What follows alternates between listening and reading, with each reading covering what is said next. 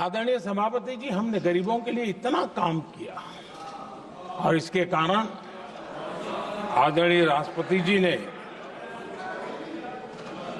अपने अभिभाषण में इसका विस्तार से वर्णन किया है। जो लोग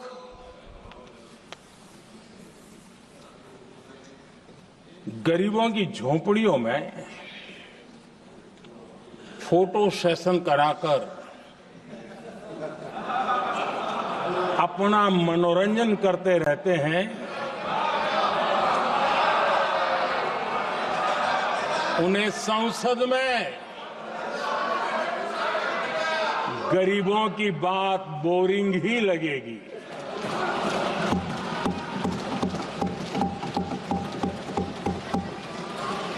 आदरणीय सभापति जी, मैं उनका गुस्सा समझ सकता हूं।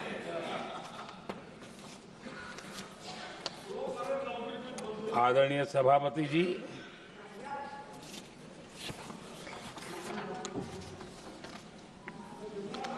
समस्या की पहचान करना एक बात है, लेकिन अगर जिम्मेवारी है तो समस्या की पहचान कर करके छूट नहीं सकते। उसके समाधान के लिए समर्पित भाव से प्रयास करना होता है। हमने देखा है और पिछले 10 साल के हमारे काम को देखा होगा और राष्ट्रपति जी के अभिभाषण में भी देखा होगा। हमारा प्रयास समस्या की समाधान का रहता है और हम समर्पित भाव से प्रयास करते हैं। राष्ट्रपति जी के भाषण की चर्चा के समय यहां विदेश नीति की भी चर्चा हुई और कुछ लोगों को लगता है जब तक फॉरेन पॉलिसी नहीं बोलते तब तक वो मैच्योर नहीं लगते, इसलिए उनको लगता है फॉरेन पॉलिसी तो बोलना चाहिए फिर भले ही देश का नुकसान हो जाए। मैं ऐसे लोगों को जरा कहना चाहता हूं, अगर उन्हें सच में फॉरेन पॉलिसी सब्जेक्ट में रुचि है और फॉरेन पॉलिसी को समझना है और आगे जाकर के कुछ करना भी है, ये मैं शशि जी के लिए नहीं कह रहा हूं तो मैं ऐसे लोगों को कहूंगा एक किताब जरूर पढ़े। हो सकता है उनको बहुत फिर कहां क्या बोलना उतनी समझ हो जाएगी। वो किताब का नाम है JF case forgotten crisis. JF Kennedy की बात है। JF केस फॉरगॉटन क्राइसिस नाम की किताब है। ये किताब एक प्रसिद्ध फॉरेन पॉलिसी स्कॉलर ने लिखी है और इसमें महत्वपूर्ण घटनाओं का जिक्र है। इस किताब में भारत के पहले प्रधानमंत्री और वो विदेश नीति को भी नेतृत्व करते थे।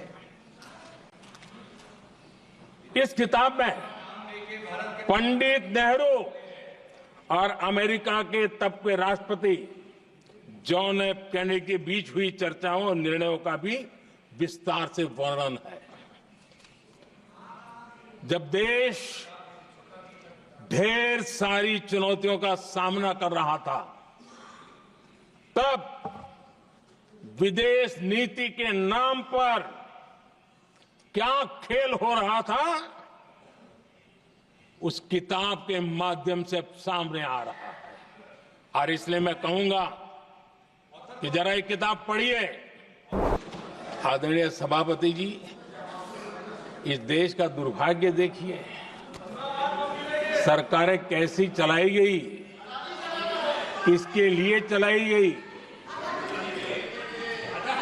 माननीय सदस्य, मैं सबसे आपसे आग्रह कर रहा हूं, आप सदन की गरिमा बनाए रखें।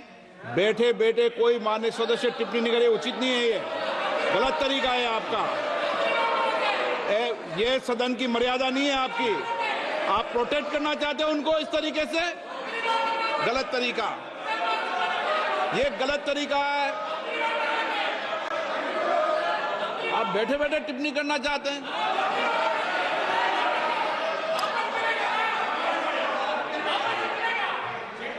आदरणीय सभापति जी,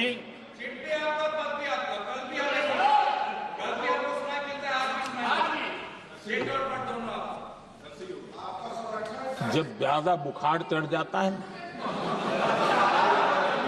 तब लोग कुछ भी बोलते हैं, लेकिन इसके साथ साथ ज्यादा हताशा निराशा फैल जाती है तब भी बहुत कुछ बोलते हैं। आदरणीय सभापति जी, जिनका जन्म नहीं हुआ था, जो भारत की इस धरती पर अवतरित नहीं हुए थे, ऐसे 10 करोड़ फर्जी लोग सरकारी खजाने से अलग अलग योजनाओं का फायदा ले रहे थे। आदरणीय सभापति जी, सही को अन्याय न हो इसलिए राजनीतिक फायदा नुकसान की परवाह किए बिना हमने इन 10 करोड़ फर्जी नामों को हटाया और असली लाभार्थियों को खोज खोज करके उन तक मदद पहुंचाने का अभियान चलाया। आदरणीय सभापति जी, ये 10 आदरणीय अध्यक्ष जी, ये देश का दुर्भाग्य है कि आजकल कुछ लोग अर्बन नक्सल की भाषा खुलेआम बोल रहे हैं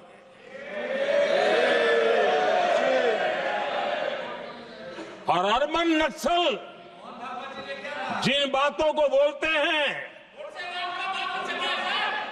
इंडियन स्टेट के सामने मोर्चा लेना,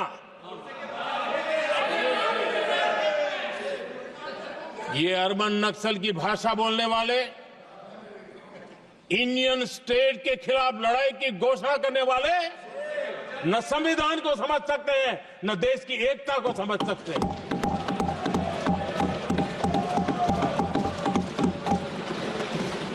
आदरणीय अध्यक्ष जी, 7 दशक तक जम्मू एंड कश्मीर और लद्दाख उसे संविधान के अधिकारों से वंचित रखा गया।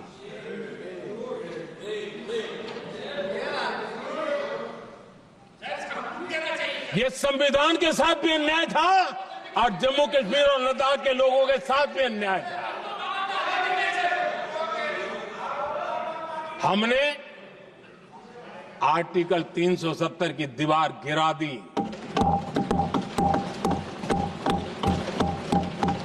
अब जम्मू कश्मीर और लद्दाख के उन राज्यों को, देशवासियों को जो अधिकार हैं, वो अधिकार उनको मिल रहे हैं। आदरणीय सभापति जी, आजकल मीडिया में ज्यादा ही चर्चा हो रही है, सोशल मीडिया में और अधिक हो रही है। कुछ नेताओं का फोकस घरों में जकूजी पर, स्टाइलिश शावर्स पर, लेकिन हमारा फोकस तो हर घर जल पहुंचाने पर है। आदरणीय अध्यक्ष जी, राष्ट्रपति जी के अभिभाषण के बाद एक महिला राष्ट्रपति जी एक गरीब परिवार की बेटी, उनका सम्मान न कर सके, आपकी मर्जी, लेकिन क्या क्या कहकर उनको अपमानित किया जा रहा है।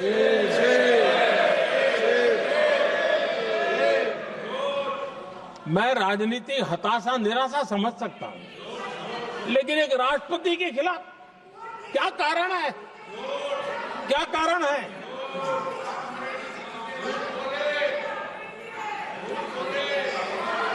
आदरणीय अध्यक्ष जी, आज भारत इस प्रकार की विकृत मानसिकता को छोड़ करके, उस सोच को छोड़ करके विमेन लेड डेवलपमेंट के मंत्र को लेकर के आगे बढ़ रहा है। आदरणीय अध्यक्ष जी, विकसित भारत के सपने को पूरा करने के लिए देश आगे बढ़ रहा है और बड़े आत्मविश्वास के साथ आगे बढ़ रहा है। विकसित भारत का सपना ये कोई सरकारी सपना नहीं होता है, वो 140 करोड़ देशवासियों का सपना है और इस सपने को हम सब ने जितनी ऊर्जा दे सकते हैं देने का प्रयास करना है।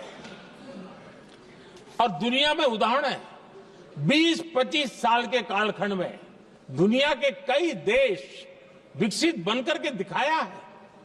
तो भारत के पास तो सामर्थ्य अपार है। हमारे पास डेमोग्राफी है, डेमोक्रेसी है, डिमांड है, हम क्यों नहीं कर सकते? इस विश्वास के साथ हमें आगे बढ़ना है और हम भी 2047 जब देश आजाद होगा, तब आजादी के 100 साल होंगे जब, तब हम विकसित भारत बन के रहेंगे। ये सपने लेकर के चलना चाहिए। और आदरणीय अध्यक्ष जी, मैं विश्वास से कहता हूं हमें और बड़े लक्ष्य पार करने, और हम करके रहेंगे। और माननीय अध्यक्ष जी, ये तो अभी हमारी तीसरी ही टर्म है।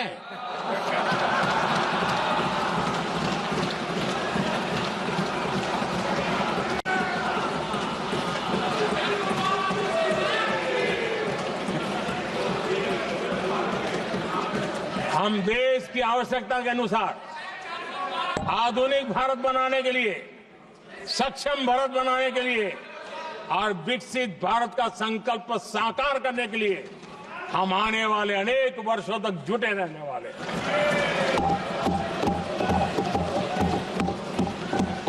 आदरणीय अध्यक्ष जी, मैं सभी दलों से आग्रह करता हूं, सभी नेताओं से आग्रह करता हूं, देशवासियों से आग्रह करता हूं, अपनी अपनी राजनीतिक विचारधाराएं होंगी, अपने अपने राजनीतिक कार्यक्रम होंगे, लेकिन देश से बड़ा कुछ नहीं हो सकता है। हम सब के लिए देश सर्वोपरि है और हम मिलकर के विकसित भारत के सपने को, अपना 140 करोड़ देशवासियों का सपना भी अपना सपना, इस सपने को लेकर के चल पड़े। देश विकसित होगा, हमारे बाद की जो पीढ़ियां होगी वो कहेगी कि 2025 में एक संसद ऐसी थी जहां बैठा हुआ हर सांसद विकसित भारत के सपने के लिए पूरा करने के लिए काम कर रहा था। आदरणीय अध्यक्ष जी, मैं राष्ट्रपति जी के अभिभाषण पर अपना धन्यवाद व्यक्त करते हुए आपका भी आभार व्यक्त करता हूं, सदन का भी आभार व्यक्त करता हूं। धन्यवाद।